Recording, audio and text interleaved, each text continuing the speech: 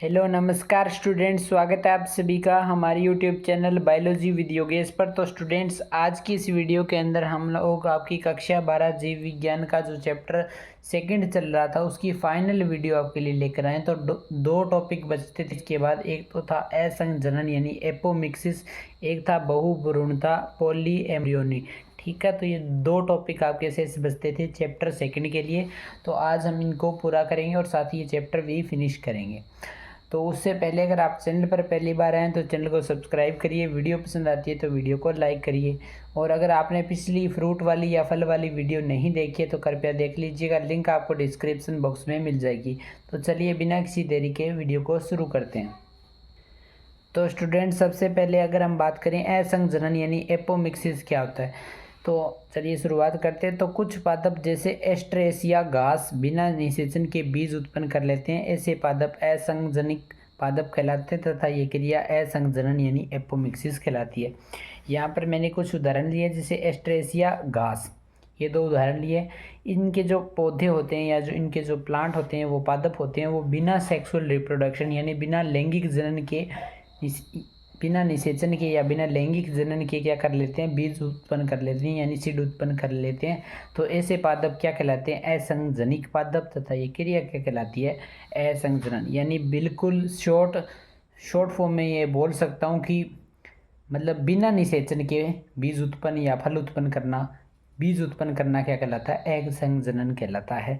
यानी बिना निषेचन के नई संतति का निर्माण करना क्या कहलाता है, असंजनन कहलाता है। ऐसा किस में होता है, एस्ट्रेसिया तथा घास कुल के सदस्यों में होता है।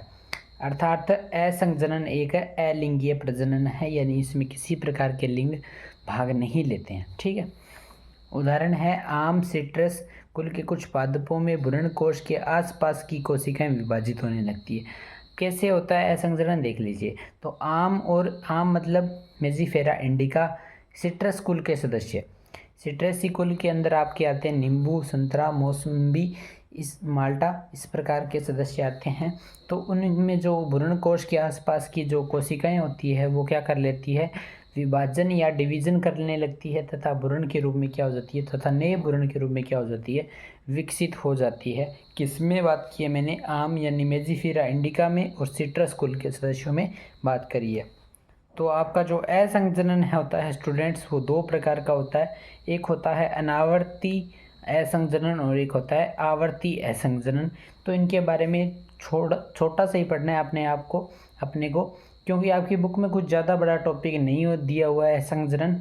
इनके बारे में आप हायर क्लासेस में डिटेल में पढ़ते हो, लेकिन आपकी बुक में जितना दिया हुआ है उतना ही करवाएंगे आपको। तो सबसे पहले अगर हम बात कर लेते हैं अनावर्ती असंजनन और आवर्ती असंजनन की। तो स्टूडेंट्स, अनावर्ती असंजनन और आवर्ती असंजनन क्या होता है, चलिए बात करते हैं। तो अनावर्ती असंजनन, इसमें क्या होता है, इसमें किसी अगुणित कोशिका का मतलब n प्रकार की कोशिका, यानी जो कि अगुणित हो, n प्रकार की हो, से बिना निषेचन के अगुणित भ्रूण का निर्माण होता है। क्या कहलाता है, अनावर्ती असंजनन कहलाता है। यानी कोई किसी भाग की अगुणित कोशिका से क्या निर्माण हो रहा हो, अगुणित भ्रूण का निर्माण हो रहा हो, ऐसा असंजनन क्या कहलाता है, अनावर्ती असंजनन कहलाता है। इससे जो बीज बनते हैं वो क्या होते हैं, बंध्य प्रकृति के होते हैं, अर्थात उनसे आगे संतति का निर्माण नहीं किया जा सकता। अगला है आवर्ती असंजनन। इसमें क्या होता है, द्विगुणित कोशिका होती है।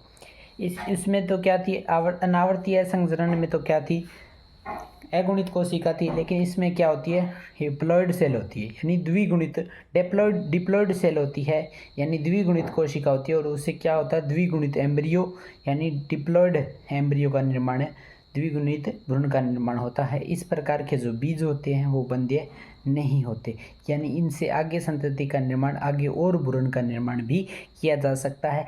ये होता है आवर्ती असंजनन और एक होता है अनावर्ती असंजनन। ये दो प्रकार होते हैं असंजनन के। तो एपोमिक्सिस या असंजनन जितना आपकी बुक में दिया था उतना मैंने आपको पढ़ा दिया। अब अगला टॉपिक है बहुभ्रूणता। चलिए बहुभ्रूणता के बारे में भी पढ़ लेते हैं। तो स्टूडेंट्स, बहुभ्रूणता या पॉलीएम्ब्रियोनी क्या होती है, चलिए बात करते हैं। एक बीज में सामान्यतः क्या होता है, एक ही भ्रूण पाया जाता है, लेकिन बहुभ्रूणता वह स्थिति है जिसमें एक बीज में एक से अधिक भ्रूण पाए जाते हैं। क्या कहलाती है, बहुभ्रूणता या पॉली एम्ब्रियोनी कहलाती है। पॉली एम्ब्रियोनी या बहुभ्रूणता की खोज करी थी एंटोनी वॉन ल्यूवेनहॉक ने, किसके अंदर, संतरे के अंदर करी थी। बहुभ्रूणता किसमें पाई जाती है, जिम्नोस्पर्म या अनावर्त बीजी पादपों का सामान्य लक्षण होती है। उत्पत्ति के आधार पर बहुभ्रूणता दो प्रकार की होती है, एक तो होती है वास्तविक बहुभ्रूणता, एक होती है आभासी बहुभ्रूणता। ठीक है, तो सबसे पहले अगर हम बात करें किसकी, वास्तविक बहुभ्रूणता की, तो वास्तविक बहुभ्रूणता में क्या होता है, एक भ्रूणकोश में एक से अधिक भ्रूणकोशों का बनना, यानी एक भ्रूणकोश में एक से अधिक भ्रूणकोश बन गए तो बन जाते हैं, और उनसे क्या हो जाता है, प्रत्येक जो भ्रूणकोश है उससे क्या निर्माण हो जाता है, किसका हो जाता है, नए भ्रूण का निर्माण हो जाता है। ये कौन सी होती है, वास्तविक बहुभ्रूणता होती है। अगली होती है आभासी बहुभ्रूणता।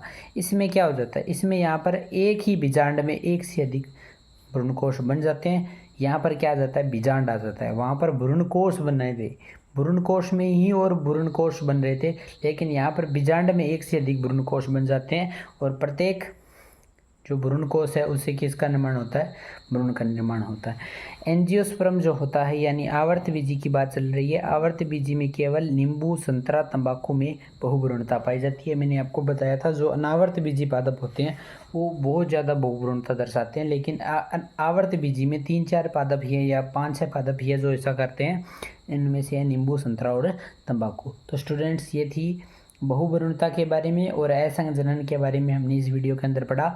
एपोमिक्सिस और पॉली एम्ब्रियोनी के बारे में हमने इस वीडियो के अंदर पढ़ा, और इसी के साथ ये चैप्टर 2 कक्षा 12 का आपका पूरा होता है यहाँ पर। तो आगे आने वाली वीडियो के अंदर हम आपका जो 3rd चैप्टर है, मानव में जनन, रिप्रोडक्शन इन ह्यूमन, तो उसको स्टार्ट करेंगे हम। तो तब तक के लिए जय हिंद, जय भारत। अगर आपको ये वीडियो पसंद आई हो तो वीडियो को कृपया लाइक करिए, चैनल पर पहली बार आए चैनल को सब्सक्राइब कर लीजिएगा। मिलते हैं आपसे अगली वीडियो में, तब तक के लिए जय हिंद, जय भारत।